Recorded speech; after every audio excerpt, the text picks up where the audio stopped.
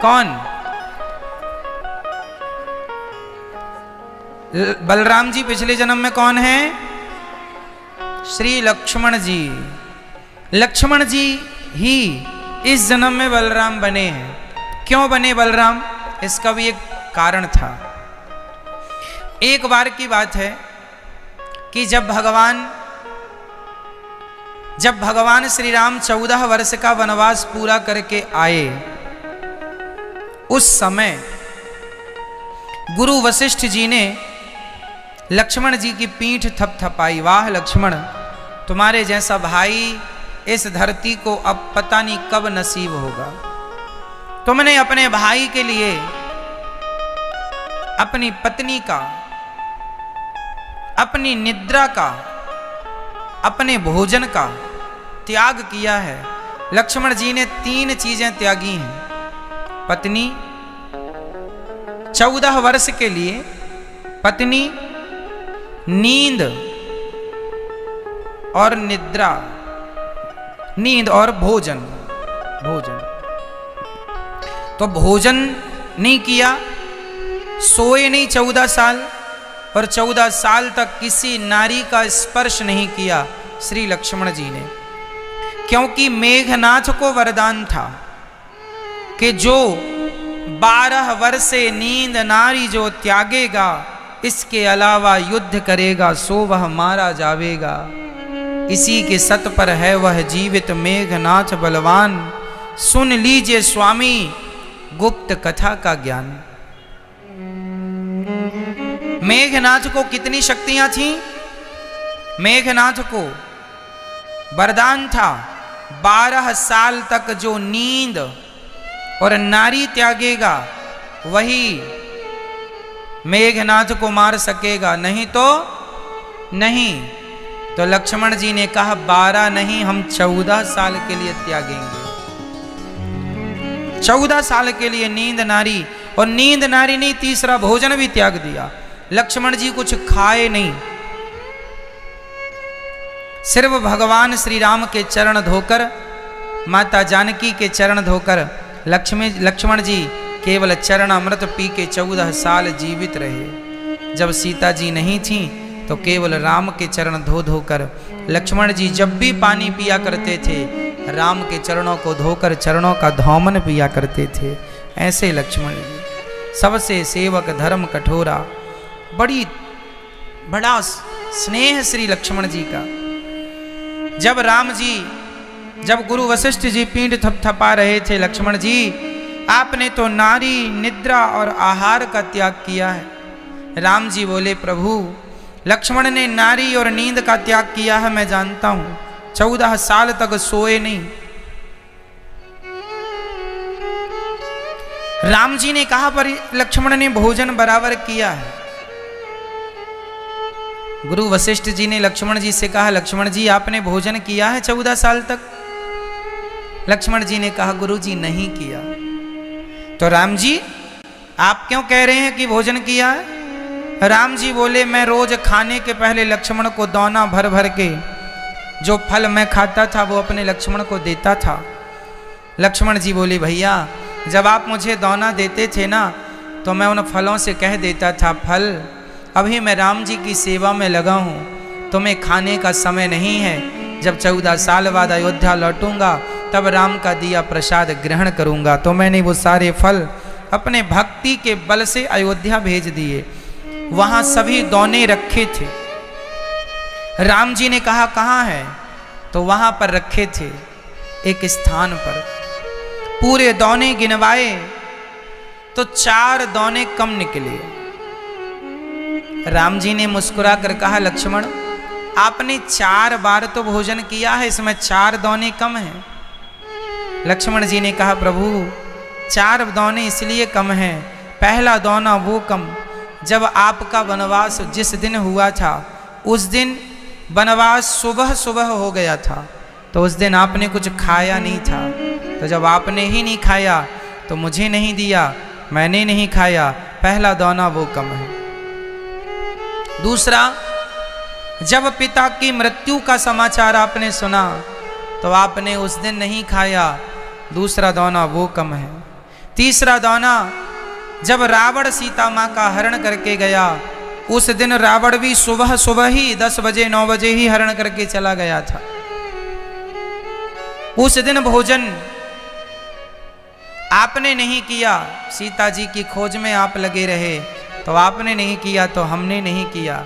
और चौथा दाना वो कम, जब मेघनाथ ने शक्ति मारी तो मैं तो आपकी गोद में था, जब आपने कुछ नहीं खाया हमने कुछ नहीं खाया। ये 4 दाने कम है, बाकी गिनिए पूरे दाने कम थे, अर्थात पूरे दाने बराबर थे। 3 दाने और कम थे। ये 3 दाने का हिसाब राम जी को पता था। कौन से? विनय न मानत जलधि जड़ गए 3 दिन बीत। जब राम जी समुद्र से प्रार्थना करने के लिए बैठे थे कि हमें रास्ता दो, उस समय 3 दिन तक राम जी बैठे थे। तो 3 दिन तक ध्यान में बैठे थे प्रार्थना करने में, तो राम जी ने कुछ खाया नहीं, तो लक्ष्मण, तो वो हिसाब राम जी को पता था, इसलिए राम जी ने वो हिसाब अपने से जान लिया कि ये तो कम ही है, क्योंकि हमने ही नहीं खाए। बाकी जो 4 दाने कम थे, टोटल 7 दाने कम थे। तो 7 में 3 का हिसाब तो राम जी को पता था, 4 दानों का हिसाब नहीं निकल रहा था। तब लक्ष्मण जी ने याद दिलाया कि 4 बार ही आपने भोजन प्रसाद नहीं पाया, तो ये दाने कम हैं, बाकी पूरे हैं। ये सुनकर राम जी की आंखों में आंसू आ गए। वाह लक्ष्मण, मेरे साथ 14 साल तुम रहे हो, पर मुझे तुमने ये पता नहीं लगने दिया कि तुम भूखे हो। भूखे रहकर लक्ष्मण जी ने सदा जाग कर राम जी की सेवा की, पर अपने आप को पीछे रखा। राम जी बोले, लक्ष्मण मैं तो आपका ऋणी हो गया, अब ये ऋण कैसे चुकेगा? इस जन्म में तुम छोटे थे तो मैंने कोई तुम्हारी सेवा की नहीं, मैं तो तुम्हारे पांव दबा ना सकूंगा। इसलिए लक्ष्मण मैं चाहता हूं कि अगले जन्म में तुम बड़े भाई बनकर आओ और मैं चरण दबाकर तुम्हारी सेवा करके इस जन्म का कुछ ऋण चुका सकूं, कुछ ऋण उतार सकूं। इसलिए इस जन्म में राम जी कृष्ण बनकर आए और लक्ष्मण जी बलराम बनकर आए। इसलिए लक्ष्मण जी बड़े बने, बलराम। कोई पूछे कि क्यों बड़े हुए लक्ष्मण जी बलराम के रूप में, तो उत्तर ये है, एक उत्तर ये भी है कि कई बार लक्ष्मण जी कहते हैं कि राम जी तो बस हम पे हमारी बात मानते ही नहीं, हम कहते हैं ये हम छोटे हैं इसलिए मानते नहीं। राम जी समझ गए कि इनके मन में बड़े बनने का भाव है, तो राम जी बोले इस जन्म में तो अब छोटे ही बने हो, पर अगले जन्म में हम तुम्हें अपना बड़ा भाई जरूर बनाएंगे। कहने का अर्थ ये है, तीसरा भाव ये है कि जो भगवान के चरणों में समर्पण कर देता है, भगवान उसे अपने से भी बड़ा बना देते हैं। भगवान उसे अपने से बना दिया ना। लक्ष्मण जी ने समर्पण कर दिया, जैसे रखे राम जी वैसे रहेंगे, तो बड़े बना दिया, बड़े हो गए। बड़े बनना है तो राम के बन जाओ, जो राम का बन जाएगा राम जी उसे बड़ा बना देंगे। इसलिए श्री लक्ष्मण जी अब द्वापर में बलराम जी बन करके आए, और वही बलराम जी इस कलयुग में भी आए हैं। बलराम जी कलयुग में भी आए हैं, क्या बन के? कौन बताएगा क्या बन के आए? श्री रामानुजाचार्य स्वामी जी। रामानुजाचार्य स्वामी जी, आपने देखो ये चित्र लगा है श्री रामानुजाचार्य जी, लिखा है श्री भाष्यकार जगत गुरु श्री रामानुजाचार्य जी। इस कलयुग में ये 1000 साल पहले रामानुजाचार्य जी बन के आए। हैदराबाद में अभी 216 फीट की मूर्ति का जो मोदी जी ने अनावरण किया, वो यही श्री रामानुजाचार्य जी की प्रतिमा है। भारत में 2 ही मूर्ति इतनी बड़ी हैं, एक सरदार वल्लभ भाई पटेल जी और दूसरा स्वामी श्री रामानुजाचार्य जी। ये 1000 साल पहले आए हैं इस धरती पर, और इन्होंने 1000 साल पहले ये लक्ष्मण जी के अवतार। एक दिन भगवान श्रीमन नारायण उदास थे, भगवान की आंखों में आंसू थे। तो शेषनाग भगवान ने पूछा, प्रभु आज आप उदास क्यों हैं? शेषनाग भगवान तो सदा भगवान के साथ रहते हैं ना। तो शेषनाग भगवान ने पूछा कि आप उदास क्यों हैं? तब श्रीमन्नारायण भगवान श्रीमन्नारायण ने कहा, क्या बताऊं लक्ष्मण, ये कलयुग में मेरे भक्त मेरे से बड़े दूर हो गए हैं और मेरे से दूर होने से बड़े परेशान हैं, बड़े कष्ट में हैं। बड़ा कलयुग ने उन्हें बड़ा कष्ट दे रखा है। तो शेषनाग भगवान ने कहा, आप दुखी ना होइए, आपका दुख कैसे दूर हो, आज्ञा दीजिए, आज्ञा दीजिए। तब जब भगवान ने कहा कि मेरा दुख दूर यदि करना चाहते हो तो एक ही उपाय है, एक ही उपाय है, तुम जाओ और जाकर के मेरी भक्ति का खूब प्रचार करो। जो भक्ति से जुड़ता चला जाएगा कलयुग का उसे कोई प्रभाव नहीं पड़ेगा, कलयुग का वो सदा कलयुग में भी सुखी रहेगा। आप जाओ और मेरी भक्ति का प्रचार करो, लोग बड़े दुखी परेशान हैं, जाओ इनका दुख दूर करो। तब शेषनाग भगवान त्रेता में लक्ष्मण बने, शेषनाग भगवान द्वापर में बलराम बने और वही शेष भगवान कलयुग में श्री रामानुजाचार्य स्वामी बनकर के प्रकट हुए। बोलिए श्री भाष्यकार स्वामी श्री रामानुजाचार्य भगवान की। ये श्री संप्रदाय के आचार्य हैं। इन्हीं रामानुजाचार्य संप्रदाय से ये दास अनिरुद्ध भी दीक्षित है। हमारी संप्रदाय क्या है? श्री संप्रदाय। और रामानुजाचार्य जी श्री संप्रदाय के अधिष्ठात्र हैं, श्री संप्रदाय के ही प्रचारक रहे हैं। ये श्री लक्ष्मण जी के अवतार इस कलयुग में हुए। श्री रामानुजाचार्य जी का दक्षिण भारत में मद्रास के पास महाभूतपुरी नाम का एक स्थान है। वहां गांव में केशवाचार्य जी, इनकी पत्नी कांतिमती के गर्भ से श्री रामानुजाचार्य जी का जन्म विक्रम संवत 1074 को हुआ था। आज 2022 है और स्वामी श्री रामानुजाचार्य जी का जन्म कब हुआ था? 1074 74। 1000 मतलब 1000 साल पुरानी घटना है ये। 1074 में श्री रामानुजाचार्य जी का जन्म हुआ।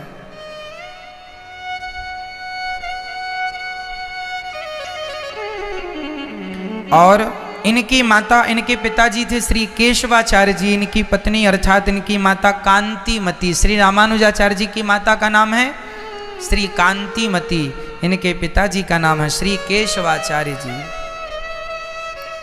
इनके सुपुत्र, इनके गर्भ से स्वयं भगवान श्री लक्ष्मण जी, बलराम जी श्री रामानुजाचार्य बन के पधारे हैं। और रामानुजाचार्य जी ये कहा कि जब रामानुजाचार्य जी का जन्म हुआ और रामानुजाचार्य जी की शिक्षा पूरी हुई, पहले ये रामानुजाचार्य जी दक्षिण भारत में एक मंदिर है वरदराज भगवान का, कांचीपुरी कहते हैं।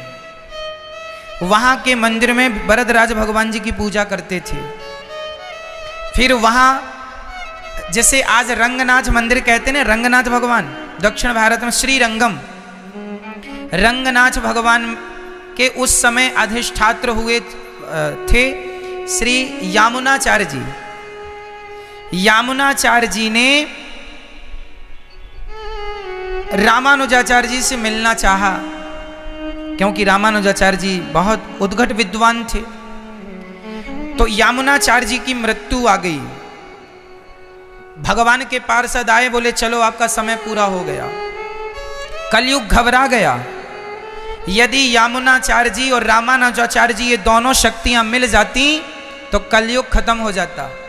कलयुग का अस्तित्व, कलयुग दौड़ा दौड़ा गया, हे भगवान बचाओ, मैं कलयुग हूँ, और ये यमुनाचार्य जी रामानुजाचार्य जी मिलके भक्ति का इतना प्रचार कर देंगे, हम तो बर्बाद हो जाएंगे, कलयुग का कोई अर्थ ही नहीं रह जाएगा। इन दोनों हस्तियों को मिलने से रोकिए। तो तुरंत यमुनाचार्य जी के पास पार्षद गण आ गए, बोले आपका कार्यकाल पूरा हुआ। सोचिए इतनी बड़ी शक्ति यमुनाचार्य जी यमुना मैया के कृपा से प्रकट हुए थे, इसलिए उनके पिता ने उनका नाम यमुनाचार्य जी रखा था। तो यमुनाचार्य जी जो हैं ये श्री संप्रदाय के आचार्य हुए हैं, और इन्होंने अपने शिष्य को भेजा, जाइए रामानुजाचार्य जी को लाइए। रामानुजाचार्य जी को लेने गए और पार्षदों से कह दिया कि हमें 8 दिन का समय दो, 8-10 दिन बाद हम चलेंगे आपके, पहले हम रामानुजाचार्य जी से मिलेंगे। अब संयोग देखिए कलयुग का प्रभाव के रामानुजाचार्य जी के आने में जरा विलंब हो गया और इनका टाइम पीरियड पूरा हुआ, और यमुनाचार्य जी रामानुजाचार्य जी श्री रंगम में पांव रखे कि यमुनाचार्य जी के प्राण निकल गए। रामानुजाचार्य जी ने देखा कि बड़ा शोर हो रहा है, क्या हो गया, पता चला कि श्री यमुनाचार्य जी चले गए। और जब यमुनाचार्य जी गए तो उनकी 3 उंगलियां बंद थीं। तो रामानुजाचार्य जी ने उनके शरीर को देखा और देखकर कहा कि क्या ये इनके बचपन से ये उंगलियां ऐसी हैं? नहीं नहीं, अभी ये उंगलियां ऐसी हो गई। क्या तात्पर्य है इन उंगलियों का, अर्थ क्या है, क्या कहना चाहते हैं? तब हुआ रामानुजाचार्य जी समझ गए कि मेरे गुरुजी मुझे कोई आदेश देने वाले थे, पर मेरी भेंट होने से पहले इनके ये परम धाम को चले गए। तो 3 उंगलियां उनकी बंद थीं। रामानुजाचार्य जी उनके भाव को समझ गए और रामानुजाचार्य जी ने कहा कि मैं भक्ति को जन जन तक पहुंचाऊंगा, मैं आपके मत को, आपके विचार को समझ गया हूं। ये सुनते ही यमुनाचार्य जी की पहली उंगली खुल गई, जबकि उनके प्राण निकल चुके थे, पहली उंगली खुल गई। श्री रामानुजाचार्य जी ने दूसरी प्रतिज्ञा की, मैं श्री भाष्य लिखूंगा, दूसरी उंगली खुल गई।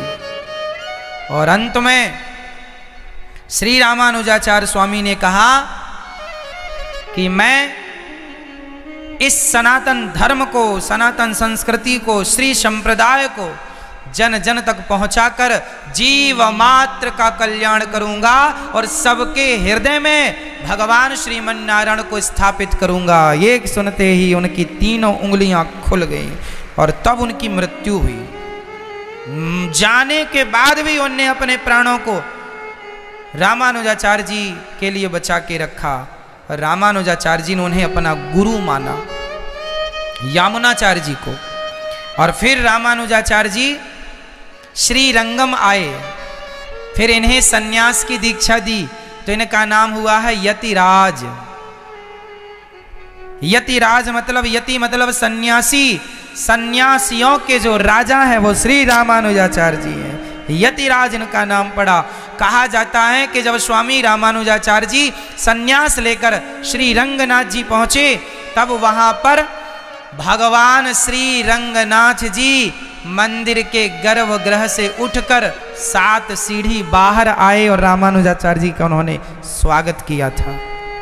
ये कोई सतयुग त्रेता द्वापर की घटनाएं नहीं है मेरी माँ, इसी कलिकाल, इसी कलयुग की ये घटनाएं हैं। श्री रंगनाथ भगवान रामानुजाचार्य जी से बात करते हैं, कई बार बात की, प्रत्यक्ष बात करते हैं।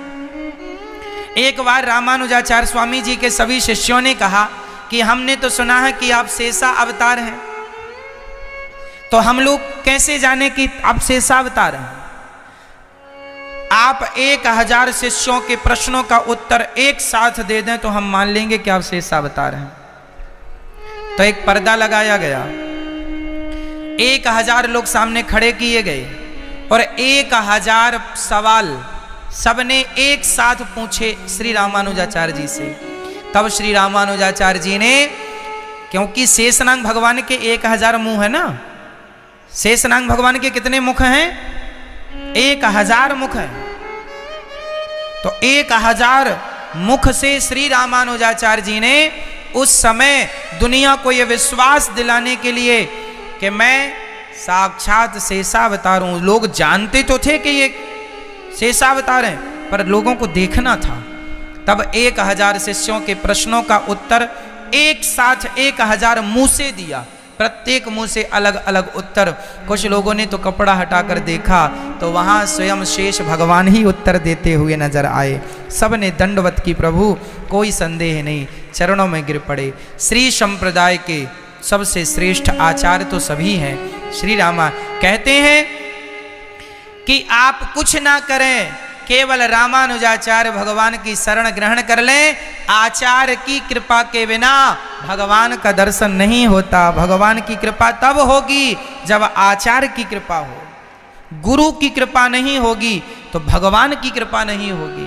पहले गुरु एक्सेप्ट करेंगे, गुरु स्वीकार करेंगे, तब भगवान स्वीकार करेंगे।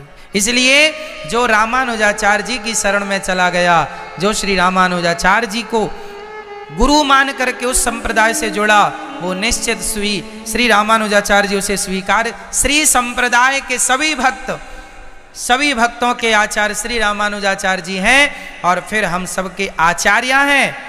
अंत में माता लक्ष्मी जी हमारी परम आचार्य। ये आचार्य श्री संप्रदाय कहाँ से शुरू हुई? माता लक्ष्मी जी से। इसलिए इस संप्रदाय की प्रथम आचार्य हैं माता लक्ष्मी, इसलिए इसे श्री संप्रदाय कहते हैं। हम लोग जो मंत्र जपते हैं वो मंत्र है जो मंत्र सबसे पहले भगवान श्रीमन नारायण ने माता लक्ष्मी जी को दिया था। हमारा 8 अक्षर का मंत्र है, अष्टाक्षर मंत्र है, मूल मंत्र वो 8 अक्षर का है। इसलिए 8 अक्षर है क्योंकि भगवान कृष्ण का जन्म अष्टमी को हुआ, राधा जी का जन्म अष्टमी को हुआ, इसलिए मंत्र हमारा 8 अक्षर का है। रामायण में श्री वाल्मीकि जी ने कांड भी 8 लिखे हैं, बाल कांड से लवकुश कांड, टोटल 8 कांड। इसलिए मंत्र 8 अक्षर में भगवान श्री मन नारायण की राम कृष्ण सबकी लीलाएं इन 8 अक्षरों में पिरोई गई हैं। 8 अक्षर का उच्चारण कर लो। तो इसलिए ये मंत्र भगवान श्रीमन नारायण ने दिया लक्ष्मी जी को, फिर लक्ष्मी जी ने दिया मृत्युलोक के भक्तों को, फिर उन भक्तों के द्वारा फिर आगे बढ़ा। अंत में श्री रामानुजाचार्य जी ने फिर अपने शिष्यों को दिया, फिर शिष्य के शिष्य के शिष्य के शिष्य हमारे गुरु जी को मिला। फिर वही मंत्र हमारे गुरु जी के बाद ये दास अनिरुद्ध को मिला और वही मंत्र ये दास अनिरुद्ध अपने शिष्यों को, परंपरागत वही मंत्र, यही संप्रदाय है। इसलिए गुरु संप्रदाय से होना चाहिए।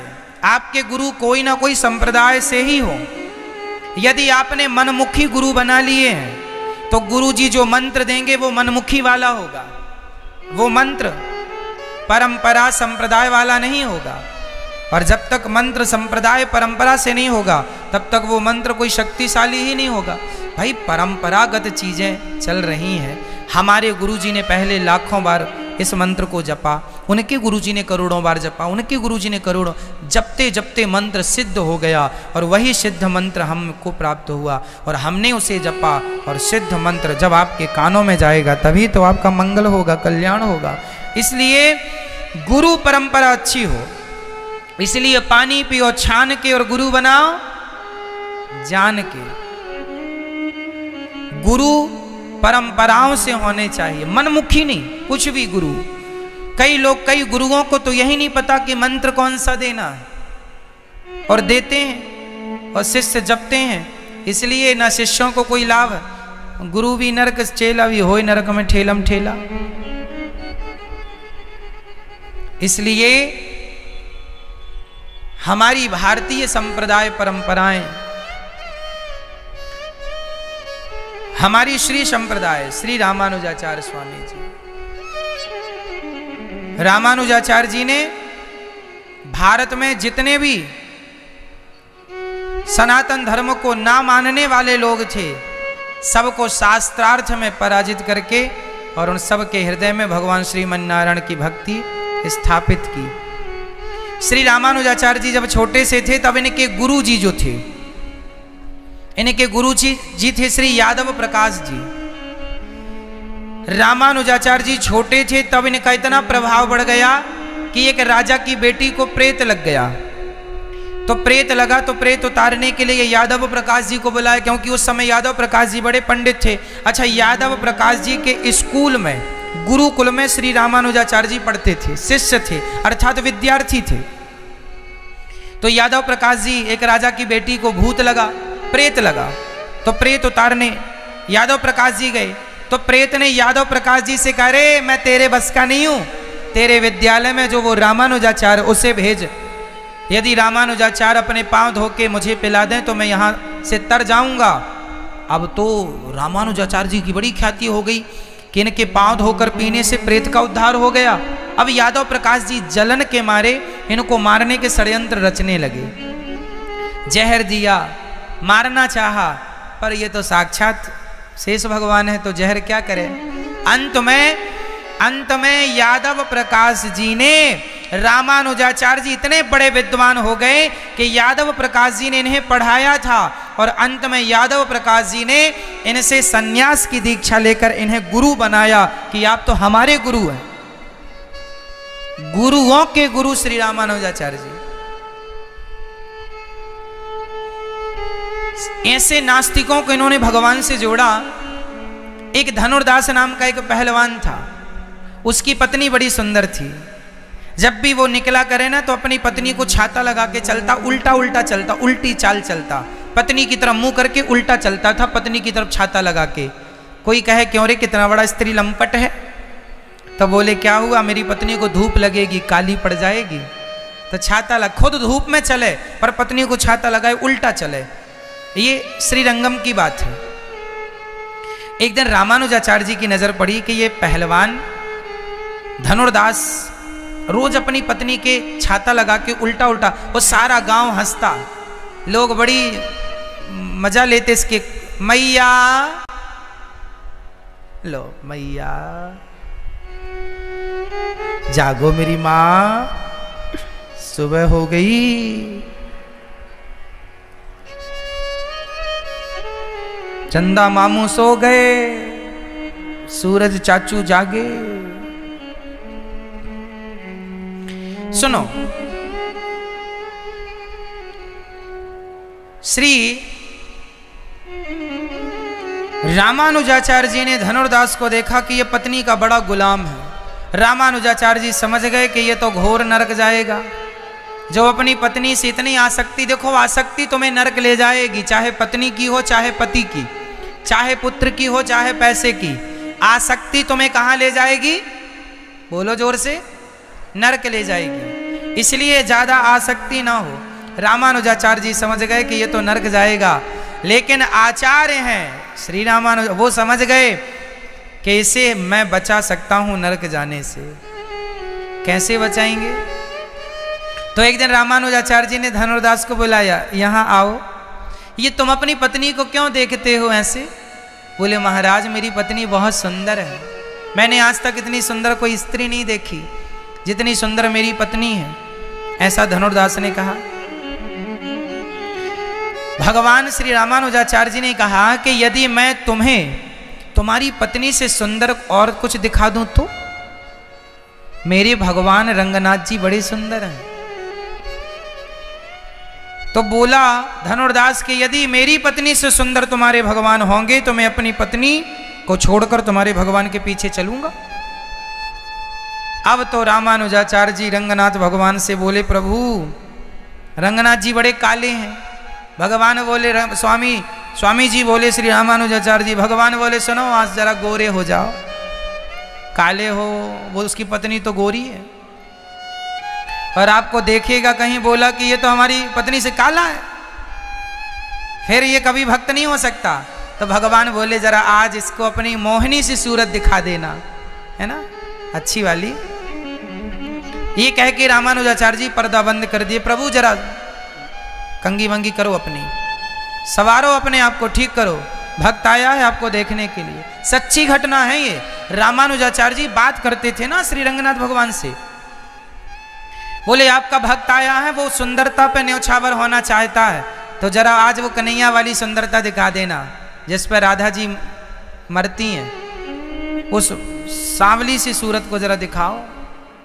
तो भगवान आज लेटे लेटे बड़े सुंदर हो गए और जरा सा मुस्कुराया, पर्दा खोला तो धनुर्दास ने जब पहली बार रंगनाथ भगवान को देखा, उनकी मुस्कान का गुलाम हो गया। ठाकुर जी ने इतनी सुंदर छवि दिखाई, बोला प्रभु मेरी पत्नी तो इनकी सुंदरता के आगे करोड़ों गुना सुंदर ये भगवान है। मेरी पत्नी का स्थान तो करोड़वें स्थान में भी नहीं है। चरणों में गिर पड़ा। भगवान श्री रामानुजाचार्य जी ने कहा कि तुम अपनी पत्नी के साथ ही रहो, तुम अपनी पत्नी के साथ रहो और भगवान का चिंतन करो। रामानुजाचार्य जी ने दोनों धनुर्दास और उसकी पत्नी को अपने आश्रम में स्थान दिया, कहा कि तुम यहाँ ठाकुर जी की सेवा करो, प्रसाद पाओ और रंगनाथ भगवान की। अब वो धनुर्दास भगवान का इतना बड़ा भक्त बना, इतना बड़ा भक्त बना, दोनों पति पत्नी भगवान श्री रामानुजाचार्य जी ने दोनों को साक्षात्कार कराया और दोनों भगवान के इतने बड़े भक्त बने कि एक दिन श्री रामानुजाचार्य जी कहीं जाने लगे तो उन्होंने मंदिर की पूजा धनुर्दास को दे दी। बोले रंगनाथ भगवान की पूजा तुम करना। तो जो रामानुजाचार्य जी के जो चेला थे साधु, वो नाराज हो गए, लो हम साधु हैं, हमें पूजा नहीं दी और ये गृहस्थ आदमी को पूजा दे दी। रामानुजाचार्य जी बोले अच्छा साधु तुम हो, अधूरे हो, ये गृहस्थी पूरा है, इसलिए इसको पूजा दी। श्री रामानुजाचार्य जी ने धनुर्दास को पूजा दी, पूजा तुम करो क्योंकि तुम भक्त हो, सच्चा भक्त। एक दिन क्या हुआ कि रामानुजाचार्य जी के शिष्यों ने विरोध कर दिया, अरे गुरुजी आप तो साधु संतों को ना दे के आप तो गृहस्थों को धनुर्दास को दे रहे, आपका कोई ज्यादा लगाव उससे है। इसलिए रामानुजाचार्य जी बोले ये दुनियादारी की बातें छोड़ेंगे नहीं।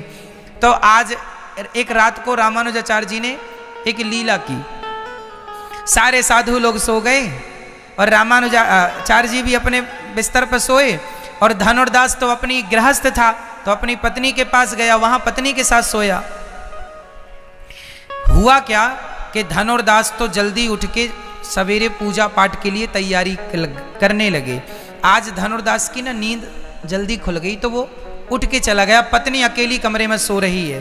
तो रामानुजाचार्य जी ने अपने शिष्यों से कहा जाओ धनुर्दास की पत्नी के गले का हार, कान के झुमके उतार के ले आओ, क्योंकि धनुर्दास के पास पैसा बहुत था और इसकी पत्नी बड़े हार वार पहन के सोया करती थी, बड़े कीमती इसके पास सोना चांदी हीरे मोती। तो रामानुजाचार्य जी के चेला गए और धनुर्दास की पत्नी सो रही थी तो उनके कान के झुमके उतारने लग गए चोरी चोरी। अब धनुर्दास की पत्नी तो अंदर अंदर जागी थी, लेकिन उनको लगा, वो समझ गई कि ये तो हमारे स्वामी जी के चेला है, लगता है मंदिर में कुछ धन कम पड़ रहा है, अच्छा है मेरे झुमके उमके क्या काम के, भगवान जी की सेवा में लग जाएंगे। तो क्या हुआ, धनुर्दास जी की पत्नी ने अपने झुमके बड़ी आसानी से उतरवा दिए, ले जाओ चुपचाप। और जब एक तरफ के पूरा श्रृंगार उतर गया तो उसकी धनुर्दास की पत्नी को लगा कि मैं करवट ले लूंगी तो दूसरी तरफ का भी उतार लेंगे, मेरे शरीर में क्या करेंगे सोने चांदी, सेवा में लग जाएंगे तो सार्थक हो जाएगा। तो उसने करवट ले ली और करवट ली तो उनको लगा जाग गई और भागे और जाके इतना सारा सोना रामानुजाचार्य जी को दे दिया। अब रामानुजाचार्य जी ने कहा जो बाबा लोग सो रहे हैं, साधु लोग, इनकी लंगोटियां चुरा चुरा के ले आओ। उनकी लंगोटियां, बाबाओं के धन क्या लंगोटी, लंगोटी चुरा ली और चुराई लंगोटी। अब जैसे ही सवेरा हुआ तो बाबा लोगों ने देखा, अरे हमारी लंगोटी नहीं है। अब आपस में तूने मेरी लंगोटी चुरा ली, ले एक थप्पड़ दिया बगल वाले। उसने कहा मैंने नहीं चुराई, हवा में उड़ गई होगी। नहीं नहीं मेरी मेरी तरह दिख रही है, तैने चुरा ली मेरी। वो लंगोटी के लिए महाभारत चालू साधुओं का, ओ तैने लंगोटी चुरा ली, लंगोटी मेरी वाली तैने पहन ली, खूब महाभारत। और तभी धनुर्दास की पत्नी अपने दूसरी तरफ का श्रृंगार उतार के एक पात्र में रख के रामानुजाचार्य जी के सामने आकर खड़ी हो गई। स्वामी जी, रात को आपके शिष्य आए थे, एक तरफ का तो उतार लिया, मैंने करवट लिया तो ये भाग गए, लगता है मंदिर में इसकी ज़रूरत है। स्वामी जी, ये सोना चांदी मेरे शरीर की शोभा क्या बढ़ाएगा, ये तो सेवा में लगेगा तो मेरा जीवन सफल हो जाएगा, ये स्वीकार कर लीजिए।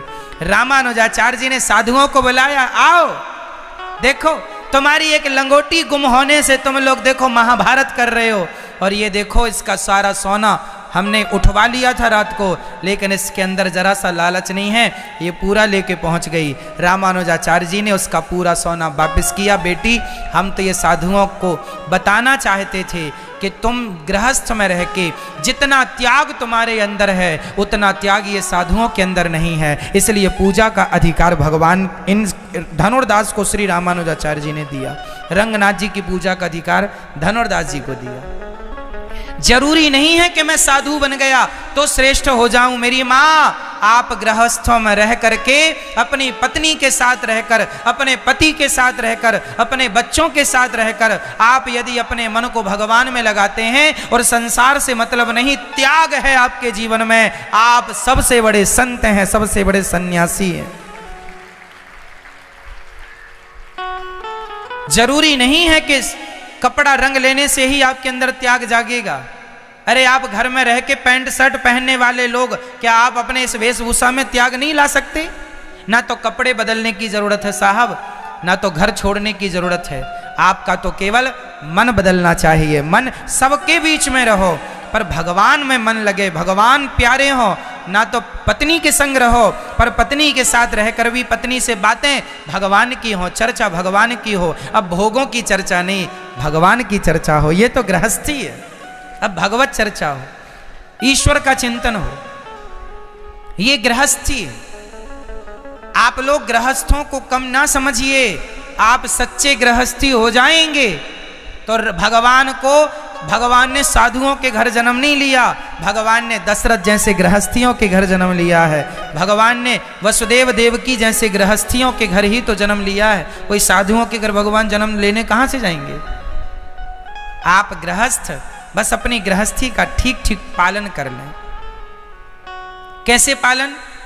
वो गृहस्थ सदगृहस्थी माना जाता है जो माँ की सेवा, मातृदेवो भव पितृदेवो, जो अपने गुरुजनों आचार्य जनों की सेवा करें, जो अपने भगवान में आस्था रखें, जो भगवान को भोग लगाकर जितनी बार खाओ भगवान को भोग लगाकर खाओ। ये जिम्मेदारी है वैष्णवों की।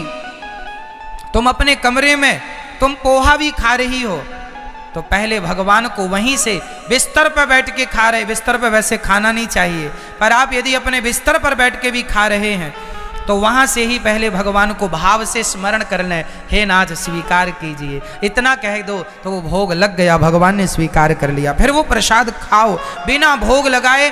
पानी, हम तो कहते हैं 10 बार पानी पियो दिन में, पहले पानी का भगवान को भोग लगाओ। ठाकुर जी आप जल ग्रहण कीजिए फिर पाओ। मतलब कपड़े तुमने आज नई साड़ी खरीदी है, पहले भगवान को समर्पित करो, प्रभु आप ग्रहण की, फिर शादी प्रसाद के रूप में पहनो। तुमने आज सोना चांदी बनवाया, मंगलसूत्र नया हार बनवाया, पहले भगवान को पहनाओ, ठाकुर जी को, राधा रानी को। तुम ही निवेदित भोजन भगवान को स्पर्श करा के, अर्पण करा के, ये प्रेम है, यही सदगृहस्थी है जो भगवान को समर्पित करके। और बेटा होए तुरंत भगवान के चरणों में डाल दो, नाथ ये संपत्ति ईश्वर प्रभु आपका बेटा है, आपकी बेटी है, ये संपत्ति, ये घर द्वार मकान दुकान वैभव पैसा गाड़ी घोड़ा, हे नाथ सब कुछ आपका है। और क्या कहें, हमारा ये शरीर हमारा नहीं, ये आंखें प्रभु आपकी हैं, आप ही हमारी आंखों से देख रहे हैं, आप ही हमारी वाणी से बोल रहे हैं, आप ही हमारे कानों से सुन रहे हैं, आप ही हमारे हाथों से काम कर रहे हैं। सब कुछ भगवान, सब ईश्वर का।